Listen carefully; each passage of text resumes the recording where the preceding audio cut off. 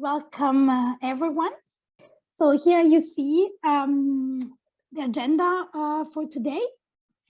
We will start this event on assessment of learning outcomes of study abroad in secondary school, flexible, formative, and alternative, the kickoff event of the Lifelong Learning Platform. We are really honored to be the first for this Lifelong Learning Week.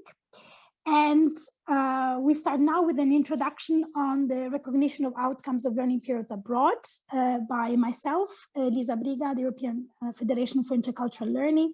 And we have the honor to have here a member of the European Parliament, the CULT Committee, Marcos Ross, who I will give the word just after a brief introduction on the topic. Then we will continue looking specifically at a training model for education professionals on the assessment of transversal competencies developed in long-term individual mobility, so in study abroad, by Dr. Mattia Baiuti from the Fondazione Intercultura in Italy. We will then get in breakout rooms to look a bit at how this training and exercise of this training model works into practice. It's a bit of an exercise to put ourselves in the foot of teachers that are responsible for recognition of outcomes of learning periods abroad. After this exercise, we will have a discussion, feedback on what do you think about this training model and how teachers can be equipped to for enabling recognition of learning outcomes. And finally, we will have some closing remarks by the Vice President of the Lifelong Learning Platform, Ona Aitken. And then we'll be hopefully ready to disseminate this training model in our countries and our institutions. Perfect. So then let's get started. So it's important to start with the definition. So here we're talking about recognition of outcomes of learning periods abroad in secondary education. And there has been a first time ever council recommendation on this topic in 2018. It's a recommendation on automatic recognition in higher education, in vocational education and training, and general secondary education. It's one of the main initiatives within the European education area. And what it says on the topic of general secondary education, it is that member states by 2025 should make substantial progress towards automatic mutual recognition so that the outcomes from a learning period abroad up to 1 year abroad in another member state during upper secondary education are recognized in another without the learner required to repeat the program year or achieve learning outcomes, provided that the learning outcomes are broadly in line with the national curricula in the country of origin. And it's this concept of learning outcomes broadly in line that is really the essence of the key for recognition and the issue for assessment, because teachers in most countries are asked to assess what is broadly in line.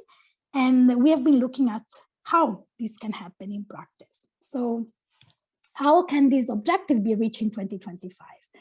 So in 2019, the European Parliament set aside funding for a preparatory action to look into this matter. And we have to really thank the CULT Committee for having advocated for this funding to be invested for this aspect of the European education area to be implemented.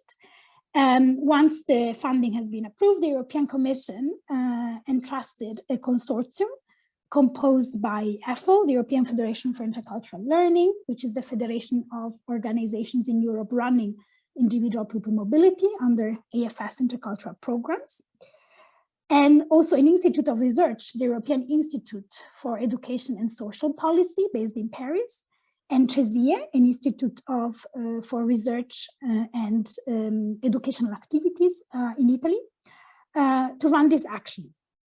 So in 2020 and 2021, we have run this preparatory action, And at the same time, the European Commission in 2020 launched the new program Erasmus+, which has individual pupil mobility among one of the main actions within the school education.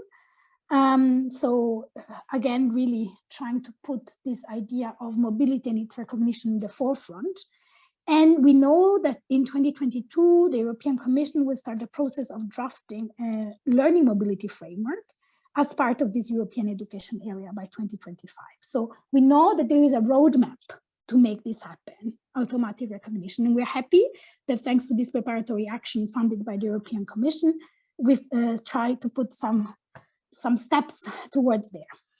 So what is this preparatory action all about?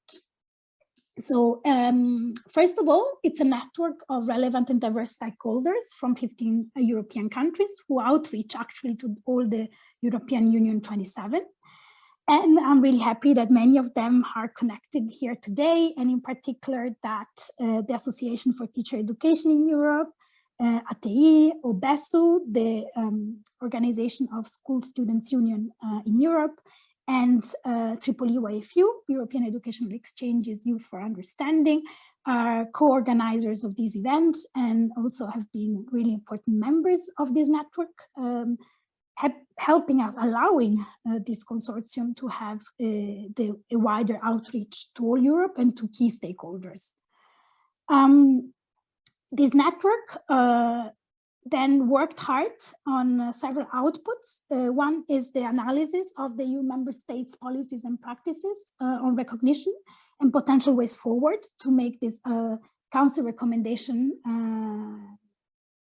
possible, implementable in each member state. We then worked on an informative web page on School Education Gateway, which is already available with country info packs on recognition. We worked on a training model for education professional on assessment of competencies, and that's what we're going to focus on today.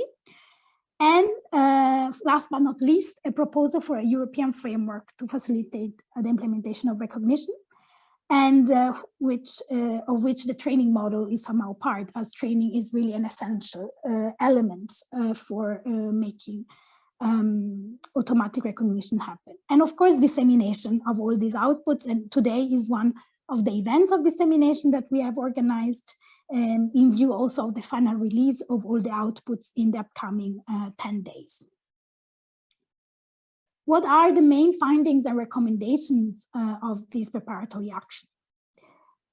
Is that recognition of outcomes of learning periods abroad is the responsibility of teachers through pupils' assessment upon return from their study abroad in 25 European Union countries for the periods between 2 and 5-6 months, and in 19 EU countries for periods of a full school year abroad.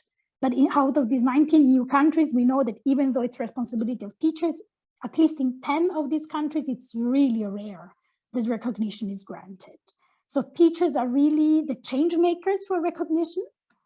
And this is why the adoption of tools for teachers is essential.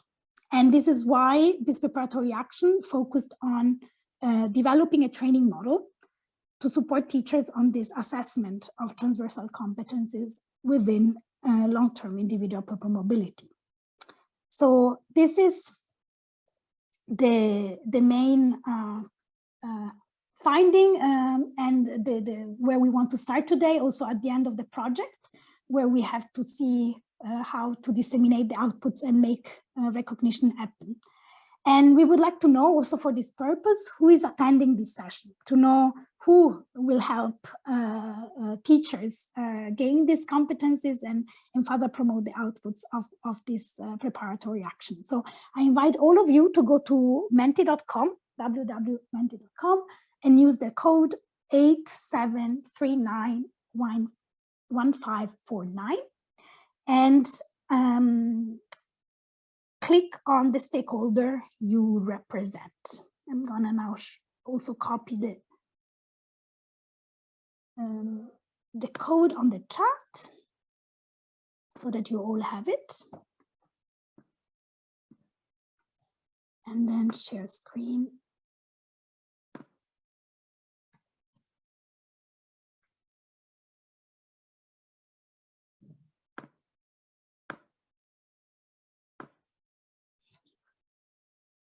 So we have several representatives of pupil exchange organizations, some Erasmus Plus national agencies, local authorities, the European Commission, teacher educators. So let's wait a moment for everyone to answer.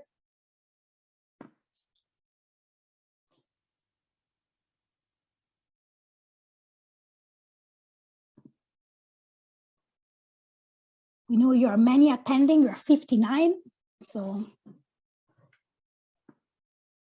we have 27 answers so far.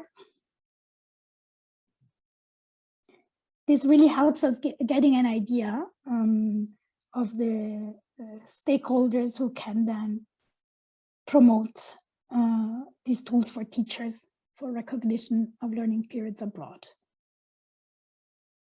Still, pupil exchange organizations are the most represented stakeholders so far. We do have some secondary school teachers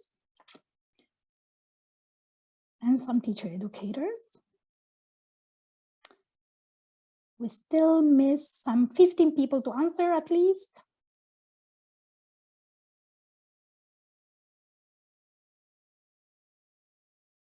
Okay.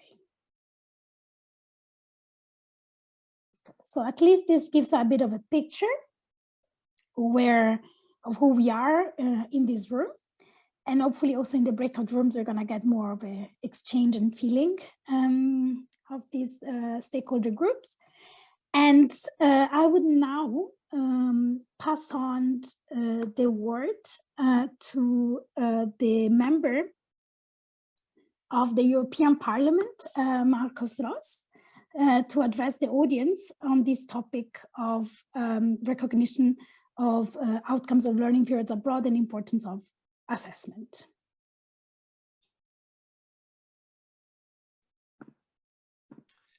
Thank you very much, Elisa, for giving me the floor. Thank you also very much to Lifelong Learning Platform for the effort of organizing another year more, the Lifelong Learning Week, perhaps the most important week for this organization throughout the year, which concentrates so many interesting topics around education and lifelong learning. It is a pleasure for me to attend again, as I did last year, to have the opportunity to participate in one of your events this week, which this year focuses on the changing nature of evaluation in education and its impact on learners' well-being. I would also like to thank EFIL, European Federation for Intercultural Learning, EEE, IFU, European Educational Exchange for Understanding, OBESU, and ATE for organizing and participating in this week. Thanks for joining force to organize this event, which addresses the Preparatory Action Expert Network on Recognition of Outcomes of Learning Periods Abroad in General Secondary Education, which has already been presented by Elisa. This preparatory action resulted from as a part of the initiative to build a European education area by 2025 and from the Council recommendation adopted on 26th of November 2018 on promoting automatic mutual recognition of higher education and upper secondary education and training qualifications and the outcomes of learning periods abroad. The recognition of qualification and learning periods abroad in general secondary education is underdeveloped, and recognition of both upper secondary qualifications and outcomes of learning periods abroad varies greatly from one country to another country, as you may know. And this recognition of the outcomes of learning periods abroad in general secondary education is important for the successful implementation of the Erasmus Plus program actions for pupil mobility. Thanks to this preparatory action proposed by COLT committee in the previous term, in the European Parliament, we have had the opportunity to create a network of 25 experts stakeholders from 15 European Union countries have provided input for developing the project. It has given us also a country mapping and analysis exercise, has identified policies and practices for recognition of outcomes, has also developed a proposal for a framework to support the recognition of outcomes of learning periods, setting out general principles to then be adapted, and has created a training program model to support school in assessing transversal competencies developed by pupils taking part in individual mobility. All this work is great, and it will serve as a basis for what is really important here, the development of the new European education area by 2025. In addition to this, as I imagine you already know, very recently, last November 11th, the Parliament's report on this initiative, the European Education Area, was adopted, in which I have had the opportunity to work as a rapporteur on behalf of the group of Socialists and Democrats. I think a lot has already been said about this space, this area, and as a MEP, it is up to me to explain what we have asked from our Parliament, which basically boils down to the following: to achieve it by 2025 without further delay, because we suspect that the Commission is trying to delay the dates. For sure, this has been one of our key messages. We cannot wait more. We have to implement the European Education Area by 2025. This report reiterates Parliament's request to establish also an inclusive and ambitious area in which formal, informal, and non-formal learning is equally valued, and in which all diplomas, degrees, or competencies acquired through study, youth work, or informal, non-formal learning are automatically validated and recognized in all member states. This is the second statement of this report. Our group has had a strong involvement in this report, tabling a considerable number of amendments and consequently agreed weight in the drafting of the compromise amendments.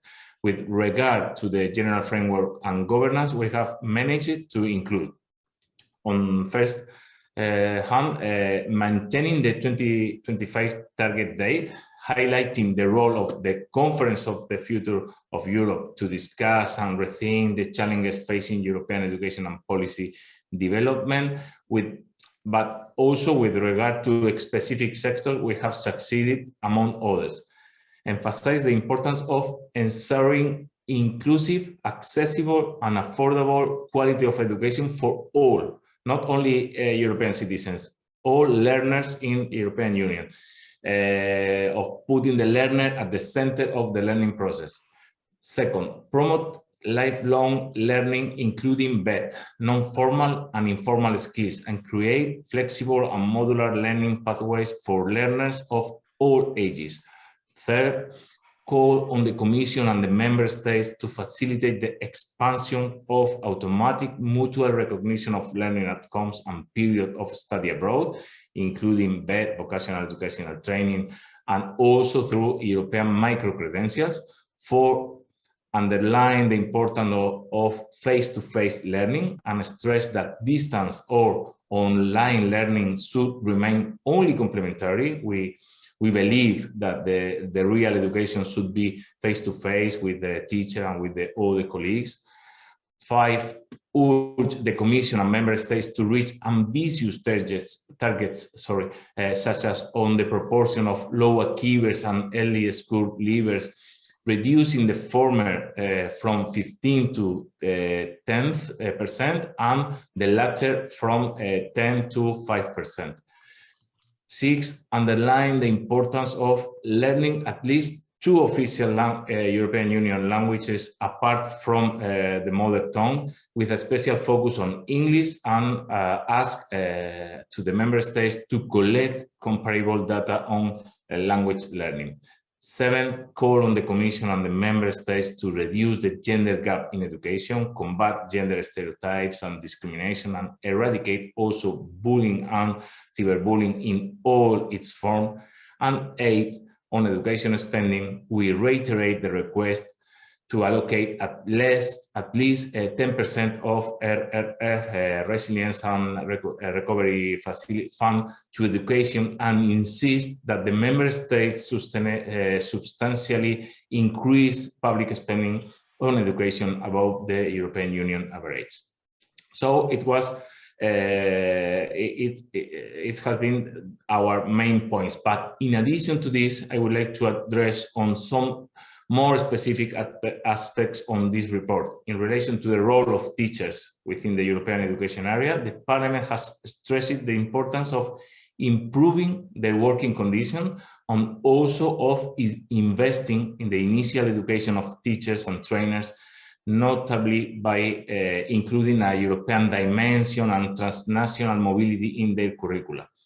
And also, in addition to this, and related to the teachers, another strong point of our group incorporated in the report has been the call for the professionalization of early childhood education and care staff, which we consider crucial. We cannot demand quality education if we don't care for and value the work of all teachers at all levels. Of course, we also think that the European education area must provide opportunities to increase learning mobility, which must be one of the pillars of this project, which should go hand in hand with the Erasmus Plus program.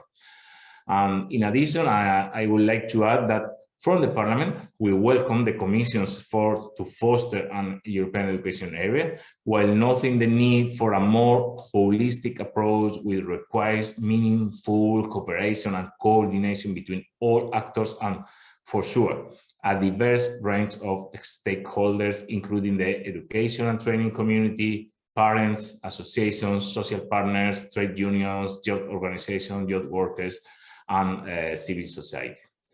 To conclude, I would like to make a final reflection on something that unites all of us who are here today, participating or following the event online. Education is the axis of change, of personal change, and of all changes, social and economic. Education gives us the capacity for discernment, judgment, and free thought. And education is, in addition to being a tool for equality of opportunities, overcoming any determination of origin, it is citizenship, solidarity, and the emotion of belonging to the same human race, regardless or whether or not we share a sense of transcendence, and it is also a gateway to the economy. The right to education is a social and universal right. And this is reflected directly in the report, in which I have had the pleasure of participating in the first recital. Everyone has the right to education and to have access to vocational and continuing training, and the European education area must provide more and better opportunities for learners in the European Union. So thank you very much for inviting me to this event. Thank you very much for organizing 1 year more this Long Life Learning Week. And I am at your entire disposition during the year, and especially in these weeks. Thank you. Thank you very much. Thank you very much, MEP Ras, for also all this overview about the role of the European Parliament in fostering the European education area. It's really great to know that there is such a support in the European Parliament to advance education within the European Union. And we hope that this is really a joint effort with civil society organizations. I would then pass on the word to Dr. Mattia Baiuti, who will present this training model for education professionals. that was developed within the Preparatory Action and will soon be released. These are the preliminary results, and we're happy to show them with you. Mattia, the word is yours. The floor is yours. Thank you indeed, Elisa. Thank you everybody to be here today. And thank her for organize this lifelong learning week. I also want to thank you, Elisa Briga, for inviting us to present this model, and also thanks to Mark Ross. So my duty is exactly to present one of the main outcomes of this preparatory action that it was already presented by Elisa Briga. So the main aim of this task, that was task 5, was to develop a model training program to support educational stakeholders in recognized pupil learning outcome in secondary school mobility abroad. And more precisely, the model training was designed to support schools, in particular teachers, in assessing competence of pupil after a long-term individual learning period abroad, providing them some assessment protocols, tools, specifically for the assessment on transversal competencies. So the direct user of this model are provider of in-service teacher training at the national or regional level, and also local level, so like, for example, pupil authorities, university, association, training institution, and the target audience is defined as in-service teacher, school heads, and school staff, specifically involved in the assessment, the recognition of competence developed during a period abroad. So rather than just to develop new tools, we thought with my colleague Isabella Georgi-Arnold from HEFIL, who was the other author of this model, to review what was already existing, and in particular these tools, these resources that was already used and tested for individual pupil mobility. And the key basis of this model was the teacher training course that was developed and delivered in Italy by Fondazione Intercultura and Intercultura Association. So this training model is going to be published soon in this document, and here you can see the outline. So for today, in my presentation, we'll focus quickly on this point. So the conceptual framework, the learning outcome, the methodology, and some aspect of the scheme of the module, but as well on the annex. So let's start now from this conceptual framework, which is really important obviously to understand the rationality behind of this. So I would like to stress the point that pupil mobility is in this model is understood as an educational program, which is not necessarily understood for everyone in this way, because for someone it's just, you know, a travel around the world. So it's just moving body from one country to another country. For us, it's very important to stress the idea of education. And as for any kind of education program, it is necessary to clarify what are the expected or intended learning outcome. So pupils enrolling in individual long-term mobility program are expected to develop a set of competencies, in particular the subject-based competence, like, for example, mathematical competence, but as well the transversal competencies. And according to the main educational literature, one of the main expected learning outcomes specifically in this context to pupil mobility is intercultural competence. So in order to identify the intended or expected learning outcome, one of the main helpful tools is the learning agreement, which can facilitate the recognition of the outcome of learning period abroad. So this is something that we will back later. But as we know, identify the learning outcome is not enough because it is always necessary to assess them. So in the model, we create a specific part linking to the main principles that guide the assessment. In particular, we follow the multi-method, multi-perspective, and longitudinal approach. And at the same time, we also wanted to suggest some existing resources. In particular, we suggested the only existing framework for assessing intercultural competence in the specific context of long-term individual pupil mobility, which is Intercultura Assessment Protocol. So this is the general conceptual framework. Now let's move on the intended learning outcome of this specific training model. So as you can see in this first group of learning outcomes, one part is linking on the context and of the pedagogy of pupil mobility, so to understand this specific context. But at the same time, we want to develop an open and a positive attitude toward this kind of experience, because we know from the research that sometimes, for example, some teachers have prejudice, or some school heads has prejudice against pupil mobility, like, for example, oh, they go just to holidays, you know, this kind of things. So it's really important to understand the context, the pedagogy, and also have a specific positive attitude to this experience.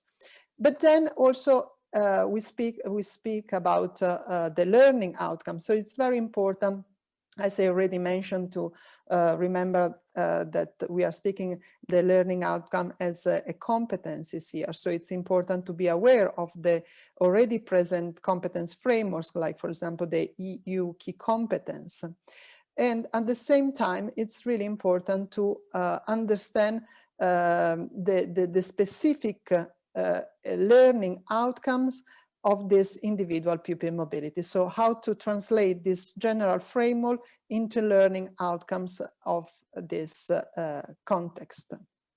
And the last group of learning outcome is related to the assessment. So we wanted to develop an understanding of the principle linked to the assessment, and then to become competent, to gain competence to assess learning outcomes, and also to become familiar with the existing resources linked to this assessment. So as far as methodology is concerned, we highly recommended that the entire training should be conducted in person, and this is because we wanted to maximize skills and attitude development, and also to leave some space for, you know, this like informal sharing between participants. So we really recommended an in person. But as we know, given various needs and constraints, it's possible also to deliver in online and in blended learning option. The important thing is that in both in-person and online environment, depending on the number of participants, we suggesting to use breakout groups for discussion and practical exercise. As I already mentioned, the aim of the training model is not only at the level of knowledge and skill, but as well at the level of attitude. So we organize some part of the units that are more linking on the content, like models, definition, and so on and so forth. But as well, we also try to create some space where there are practical exercises, reflective questions, and open discussion. So they are this, let's say, participatory or experiential approach is highly recommended. And I would like also to stress this other point, that what we have done is a general proposal. So then the user should be carefully translated, adapted this training model to the specific national, local, regional needs and level. So it's really important, this idea that is a proposal, a general proposal that need to be readapted to the context.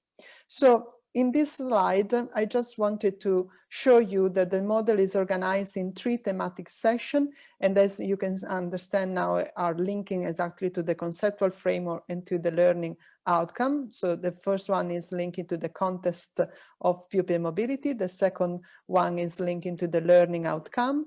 And the third one is linking to the assessment. And for each session, the training module specified intended learning outcome of the specific session that is not in this table, but you will find in the document, and also some recommended time. Then for each session, there are several units, and for each unit, the training module suggests specific steps to take, and also the key contents and references. I also would like to underline that there is an annex, which is a video entitled Returning from Long-Term Individual Mobility Program, a structured interview with pupil. This video was recorded during a webinar that we deliver here in Italy. So the video is in Italian, but is there are subtitles in English. So this video might be useful in helping participants understanding the educational, again, value of this kind of experience, but also might help them to understand the possible learning outcome of this kind of experience. But at the same time, this kind of structure interview might be understood as one of the tools to assess pupil learning outcome. So I would like just to conclude to this short presentation mentioning that this training model will be available by mid-December on the website School Educational Gateway. So thank you very much for your attention, and I wish you good work with the breakout rooms. Thank you. I give the floor to Elisa back. Thank you very much, Mattia, for this presentation of the training model, and thanks again for all the work that has been put into this. Now it's all about putting it into practice. And talking about practice, we're now going to the breakout room exercise.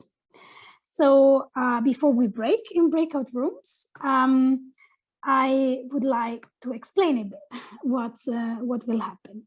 So you heard from Mattia how learning agreements are an essential tool for enabling automatic recognition of outcomes of learning periods abroad.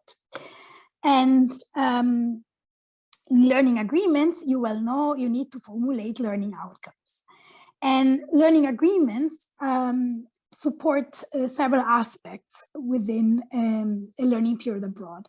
They support sending and all schools in determining these intended learning outcomes together with the exchange pupil. So this is really essential that the exchange pupil is involved throughout the definition of what they will learn.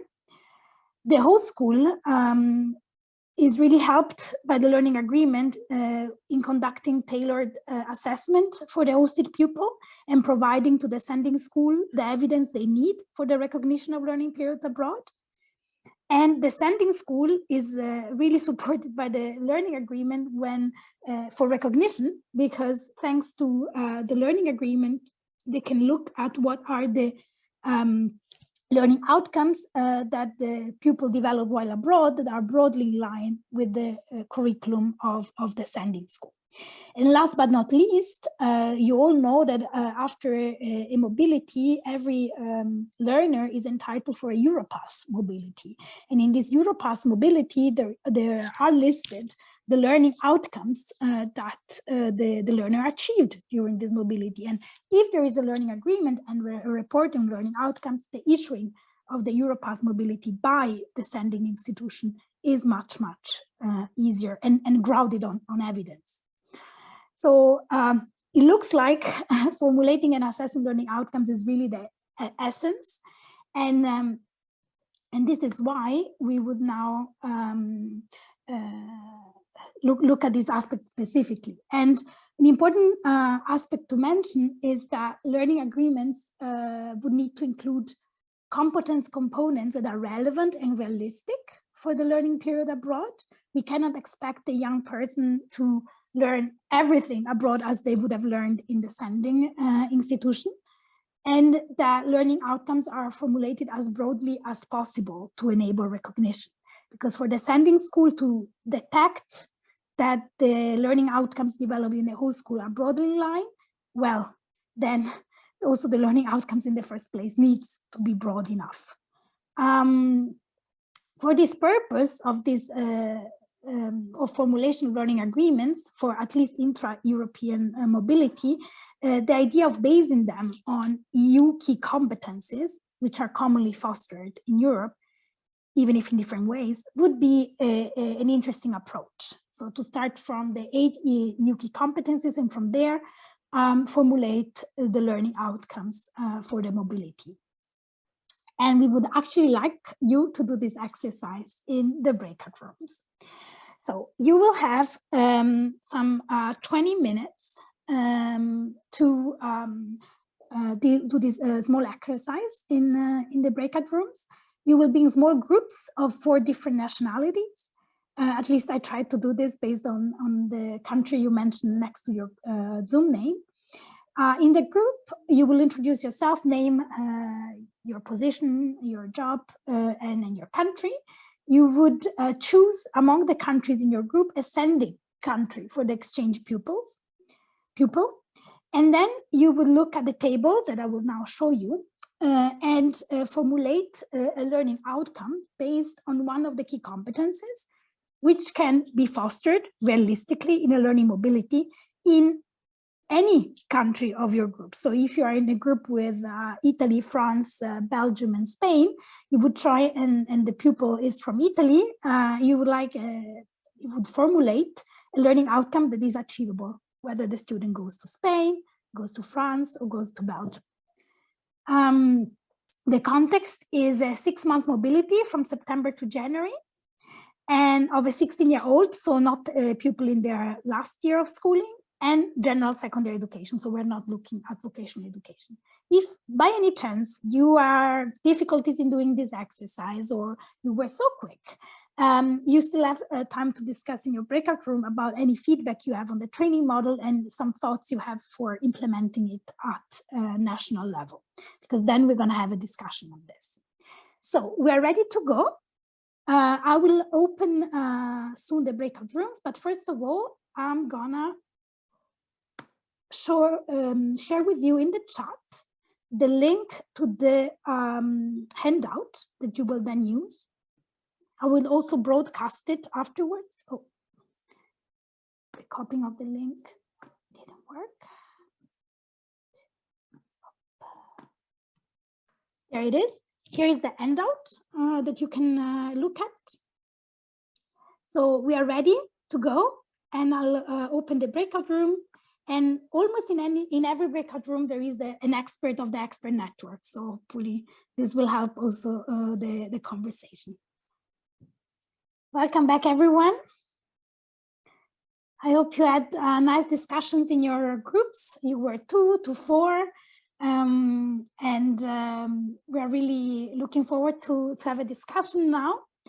You can join the Jamboard at this link that I've just put in the chat, and also here there is the QR code. In case you cannot see in the chat, I'm going to put it again.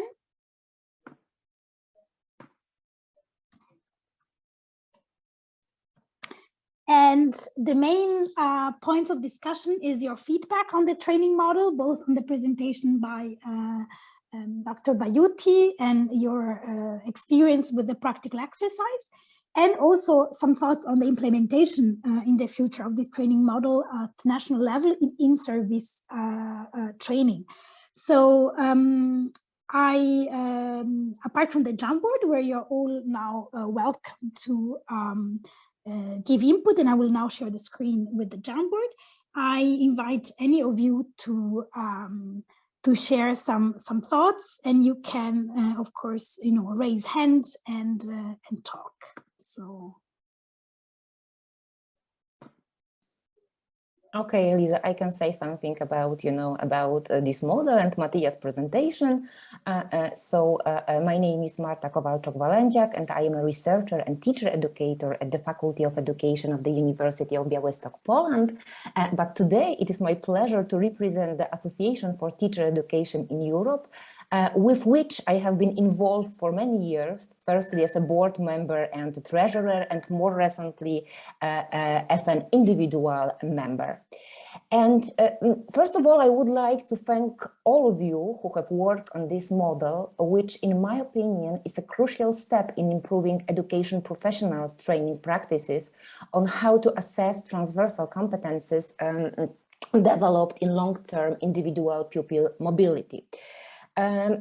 Taking my local context, my regional context as an example, I can say that the programs of teacher training centers in this area are limited to the courses on the assessment of students' intercultural competencies in general, without placing them in the context of international mobility. So as a researcher in the field of teacher professional development and evaluator of the effectiveness of TPD programs in my region, I can say with confidence that this model has real value for teachers, national and regional TPD providers, as well as policymakers. And let me say, some benefits that I see from these perspectives in this model. So firstly, this model was prepared in cooperation with researchers, policymakers, and crucially teachers themselves, and thus it reflects the perspectives of those who are truly involved in this work on the international mobility of pupils, and who really understand its specific issues and main challenges. And when we look at the literature on teacher professional development, many scholars highlight that effective TPD begins with an understanding of teachers' needs and their work environments. So that is why, for me, this is the first main benefit of this model. Secondly, this model has a solid conceptual and theoretical foundation, which was, emphasized by Mattia. Thirdly, it meets most of the characteristics of effective models of TPD identified in the literature. For example, it incorporates active learning methods, it supports collaboration between teachers, head teachers, and policymakers, it provides coaching and expert support, as well as it offers teachers opportunities for feedback and reflection. And finally, what I can add is that this model offers a unique tool for teachers, that is the learning agreement, that can serve as an important and transparent basis for assessment processes of learning outcomes developed in long-term individual pupil mobility. And we will work in these breakout rooms. We discuss a little bit about this learning agreement. And we also found that this is a real, benefit, real asset of this training model. So thank you very much again for working on this really good teacher professional development model, which would be, disseminated via teacher professional development courses. Thank you. Thank you very much, Marta, and also yourself. You have contributed a lot for the development of this, and it's great to hear that already in your university and your region in Poland, this can easily be put into practice. I see the raised hand of Andrea from Tripoli YFU. Yes, thank you so much, Elisa. Hi, everybody. My name is Andrea. I represent the umbrella organization of Youth for Understanding. In Europe, we are non-for-profit pupil exchange organizations.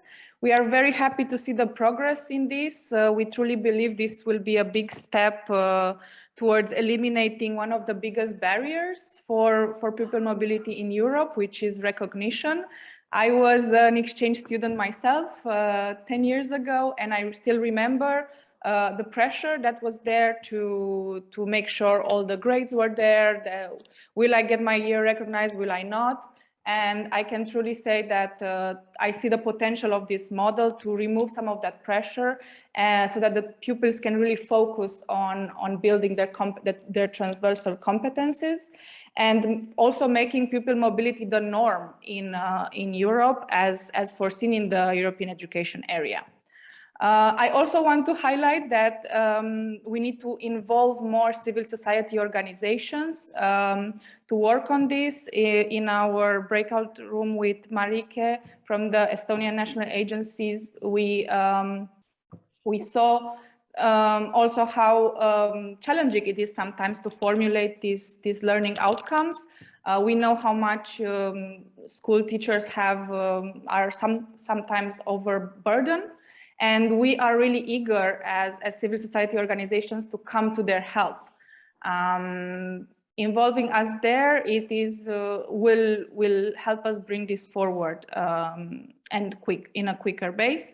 And I also just wanted to support Dr. Matthias' point at the beginning to highlight the educational components of this program and eliminate the prejudice there that these programs are somehow just for fun or for traveling. This is really a life-changing experience, and I hope that together we can offer this to more pupils in Europe. Thank you very much. Thank you, Andrea. Indeed, we've seen in the network of experts a great cooperation between different stakeholders, from Erasmus Plus national agencies to ministries of education and pupil exchange organizations. We very well know that, I mean, this is a data that we have not presented before, but there's about 70,000 pupils going on an individual pupil mobility every year in Europe, at least before COVID times. And the large majority of this, they go on exchange with pupil exchange organizations, and only few of them are non-for-profit, and most of them are for-profit agencies. So the idea is to really equip teachers to support the recognition of learning outcomes of any of their students who go on exchange, whatever program they go to, provided there is a learning agreement and an educational content. I see that Jamboard is going on. I would give the word still to Erika, who has raised a hand from Hungary. Yes. Yes, hello, welcome everyone. I'm Erika Kopp. Now I represent here AT and the Association of Hungarian Teacher Educators, and I'm a teacher educator. I'm an associate professor at Eötvös Loránd University, that is a university in Hungary. And from this perspective, I would like to add some feedback. I would like to add some other thoughts they was not mentioned until now about this training model. And I would like to add here the perspective of in-service programs and the perspective of pre-service teacher education related to that topic.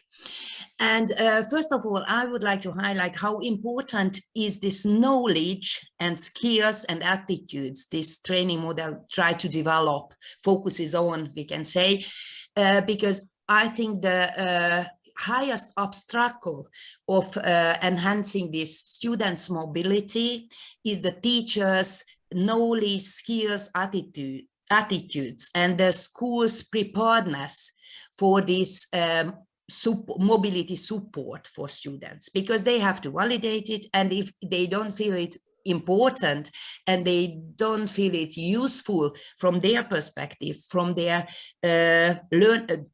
perspective as a schools, as an education providers, then they will not support students to participate at that mobility. So I think that is a very important training to help schools to be prepared for that and to value this mobility in general. So I think that is a very important aspect from this in-service perspective, we can say, and it's from this school perspective. The other thing, I think it's a very positive part of this training model, that is very deeply focuses on skills development. So how to work with this situation, how to work with this mobility situation, what can we do, how can we use tools, materials, and so on. And that is a general approach of those teachers who are participating in service training, that they would like to learn something what is practically useful, and that is the basis of this work-based learning, we can say. And the third thing, that this experience-based learning, that is a very important part of this training model, that is give the participants experiences with this working with different things. And this experience-based learning, I think that is generally a useful approach to in-service teacher programs. That is a part of my opinion from in-service perspective.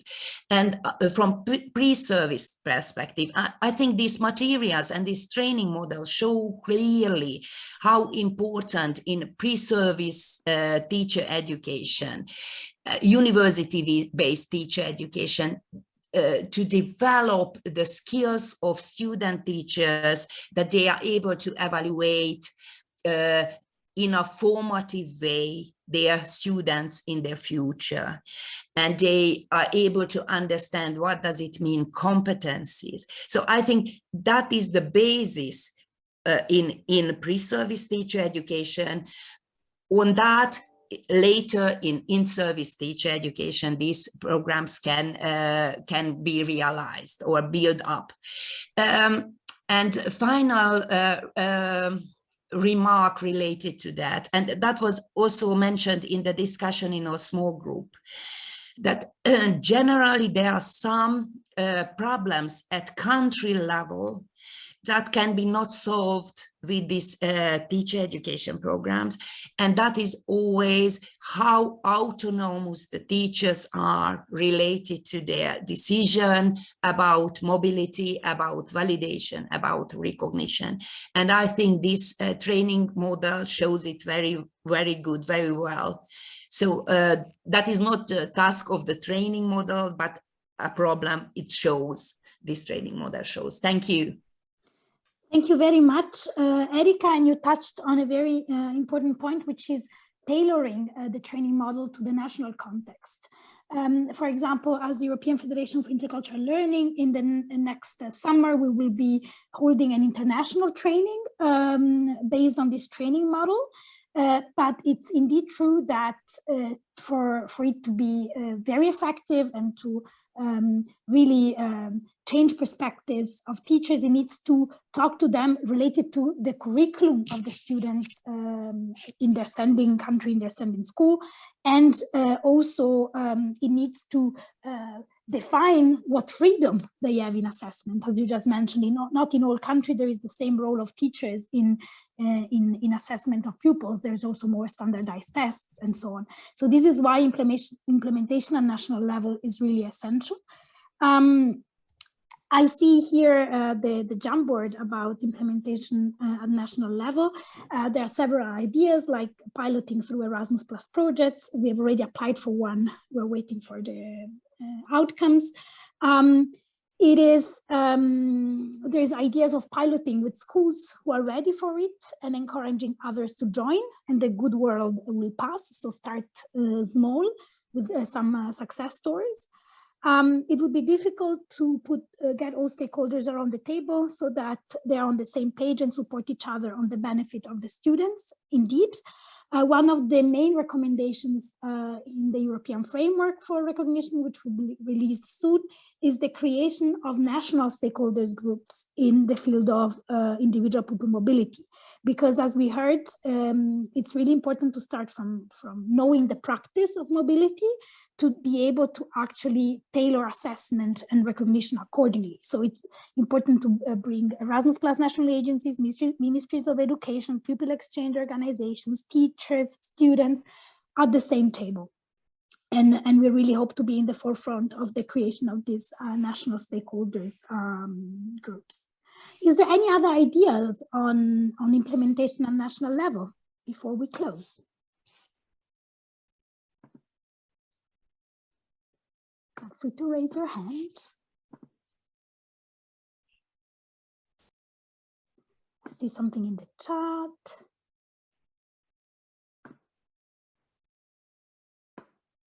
We see as main stakeholders the in-service teacher training providers, which sometimes are universities, but not necessarily. In each country, in-service teacher training is really scattered. So the support of ministries of education would be essential to ensure outreach.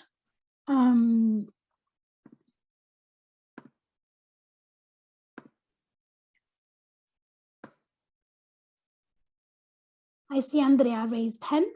Yes, I mentioned this also through my intervention before, but I can also put it here on writing, involving civil society organizations, for example, non-for-profit exchange organizations to support there, especially the ones focused on the learning component in pupil mobility.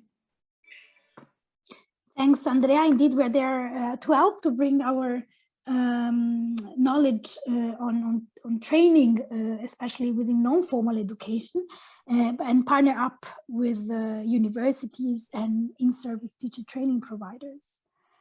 I would then now give the word to the Vice President of the Lifelong Learning Platform, Ona, for some closing remarks. And I already thank all of you for your contributions. The Padlet, the Jamboard stays open, so you're really welcome to keep contributing. And there will be massive dissemination of the training model once it's published in the next days. And we'll be in touch with any stakeholder to really put this into practice at national level. The word to you, Ona. Thank you, Elisa. Just a few reflections from me. I see people have got to leave, so I'll be very, very brief. But Elisa, what an interesting discussion. Thank you so much for organising it. I thought it was really, really fascinating. I'm an ex-teacher hundreds of years ago, but it took me back to some of the things that we were discussing now 25, 30 years ago. It makes me feel that some things have changed hugely, but some other things are still kind of stuck in the kind of 80s and 90s when I was teaching. You gave a great introduction, Elisa, and I really loved the idea that teachers are change makers in all of this. And that was one of the things I picked up. And then we had Marcus, whom I thought was really inspiring and really pulled the whole thing together for me. He focused on the European education area and achieving that by 2025. He talked about the key role of teachers. I loved the fact that he focused on solidarity and inclusion and recognition. One of the things that does concern me a little bit about this programme is what has concerned me all my life in terms of pupil mobility and mobility of young people generally, is who are these young people that are able to go abroad? Who are the 70K? What's their socioeconomic class? Because I suspect, as ever, that we're leaving out young people with fewer opportunities, that we're leaving out the lower achievers, that we're leaving out these young people who are perhaps leaving school early, etc. And it would be great to see somewhere within this programme a real focus on these young people. And he talked about that. He talked about education as a tool for change, prosperity, citizenship, and really importantly, education as a universal human right. Mattia, thank you so much for presenting the model. It was very comprehensive and coherent. And I certainly, not knowing this at all beforehand, got a real sense of what this was about. The breakout rooms were, well, mine was very interesting because again, it took me right back to my origins in language teaching and how difficult it was to actually formulate learning outcomes. But we did kind of get there with ours. We chose to take something around the area of linguistic immersion and what you could expect young people to achieve in a linguistically immersed situation in 6 months. But we also talked about, and I thought this was really interesting, how you get young people to reflect on their experience in terms of perhaps writing reflective diaries or blogs or vlogs or things that make them think about how does this compare to my experience in school in my home country, and making that into an actual learning outcome. So I suppose a little on the soft skills side rather than what maths am I going to learn while I'm there for the 6 months. But I think equally as important, because I think it was Marta who said, forgive me if I'm wrong, or Andrea, this was a life-changing experience for them to have that opportunity for pupil mobility. And then the discussion, making pupil mobility the norm, I thought was a really interesting idea. I love the comment about teacher attitudes and school preparedness being absolutely fundamental to the success of this programme, and then picking up the country level issues that have got to be resolved. So how autonomous are teachers at country level in terms of assessment, and tailoring the model, as you said, Elisa, to the national context. And then the inset providers and involving civil society organisations. Of course, I would say that, but I think it's hugely important that it's not just for profit providers of pupil mobility that are involved in the development of this model. So these are just one or two of my reflections on what was a really fruitful and interesting discussion. But I would go back to my personal concern. Are we including all young people in this opportunity? And will this programme be tailored to all the young people that teachers are interacting with across the 27 states of the European Union? So thanks again to all the speakers. Thank you to all the participants. Really, really interesting discussion. And thanks, Elisa, for moderating this. Yeah, great hour and a half. Thank you so much.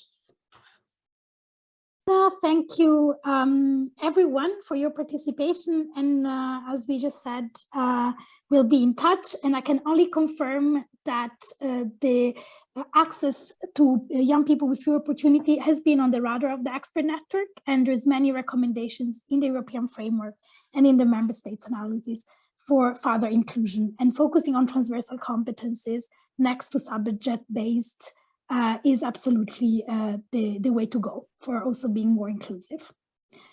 So have a nice rest of the day, everyone, and thanks.